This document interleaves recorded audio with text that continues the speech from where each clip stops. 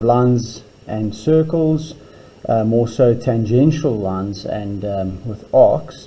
So the initial method that we're going to be using in this example here is based on the fact that we've been given a circle and we've also been given a point without a diameter. So in this case over here, we've got nothing to subtract as a radius 1 minus a radius 2. Therefore, we're going to simply go find the halfway point between the center of the circle and point P. There are various ways of doing it. If I know that the distance from the center of my circle to point P is 60 millimeters, I'll simply be able to go and place 30 millimeters as my center. However, if this was meant to be found using a method of construction, I'd open up my compass over halfway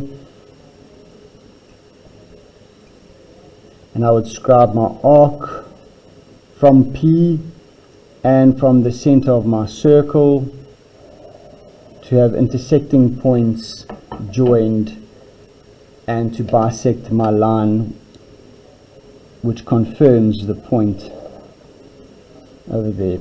Alright, so I have found the center of my line between the center of the circle and point P, and now I go ahead and I open up from the center of, between the center of the circle and point P.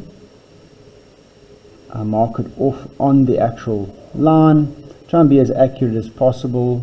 You construct your arc from the center to point P, those two need to join, a nice little rainbow, and then you will find that that arc there meets your circle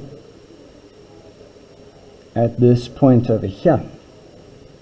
This point over here is very important because the center of the circle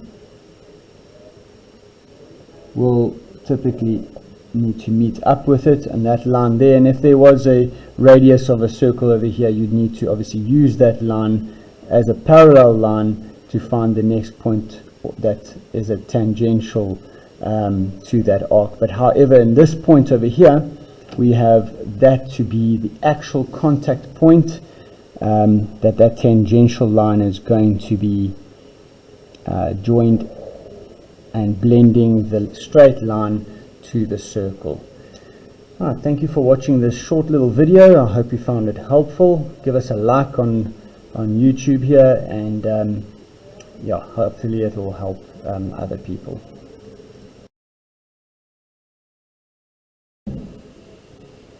Good day everyone. Today we're going to be talking about tangential lines and joining them with arcs, basically joining straight lines with arcs at a tangent to both these circles. We would need to make use of a construction method, and while being given the diameter of 40 and a diameter of 24, we need to find the point at which a tangential line will need to touch.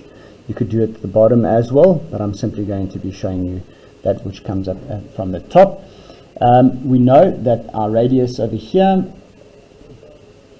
will be 20 and our radius here is 12. We're going to make use of that information by saying R1 and R2, R1 minus R2 equals 20 minus 12, which equals 8. In this case here, I'm going to open up to a radius of 8 as my calculation shows, and I'm going to place it on my biggest circle. I'm going to go ahead and draw my circle. Right, and what I need to do once again is be able to find the halfway point between the two centers. I know that it is 60, so I'm going to mark it off as at 30. If you are going to be doing it using a method of construction, you'd need to bisect the line. Okay, so I'm just having a look at my measurements here. Sorry, that's going to be 25 in this case. 25. It was not 60, it was 50. So I'm going to take the halfway point, and remember, after you've bisected the line from center to center, you'll find that point. For the sake of this video, I found it the quick method. I'll go ahead and I'll draw my arc from center to center. I will then find that it goes through this point over here. And remember, there's a reason for drawing that small little circle, found using this calculation. I'm going to be passing a line from center through that point out onto the main circle in construction, and this will be the point of contact for my tangential line. However, now I've got to do the same on the other side, and instead of constructing everything the way or that way, I'll simply use my sliding set square and I'll slide it along to the next center to find the point that my line or my tangential line will join that circle.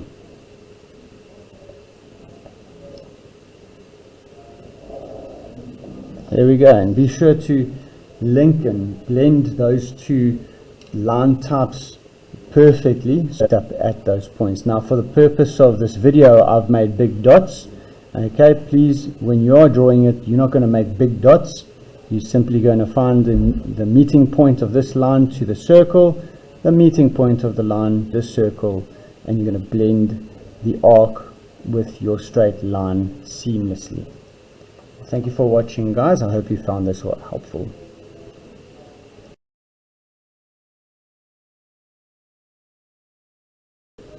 Good day, everyone, and today we're going to be working on our tangential lines and blending them with our arcs. We obviously have to use a construction method while we've been given a circle with a diameter of 40 and a circle with a diameter of 24. I'm going to be working with a radii. So this has got a radius of 20. This one's got a radius of 12. And because I'm going to be joining my tangential line from the outside of the big circle to the inside of the smaller circle, I need to go ahead and add my two radii. So basically R1 and R2 will be added, and therefore we'll end up with a radius of 32. This radius over here, I'm going to open up on my compass, and I'm going to place it on my bigger circle, and I'm going to construct that circle around the main circle. I'm therefore also going to need to bisect the line between the two centers, which is 60 millimeters, and for the sake of this video I'm going to use my ruler. 1, 2, 3. I'll then open up my compass from the middle of that point, reduce it to the center, and have it meet the two centers with an arc in construction. And the reason for that is that I'm going to have this arc meet up with my constructed arc, and I'm going to work backwards. Remember, for the purpose of this video, I'm drawing big dots so that you can see. However, you'll just know that those are the intersecting points or the connecting points. That line over there, working back, will now give me my tangential point, the point at which it's going to make contact. And yet again, I'm going to be using my sliding set square to transfer this information across.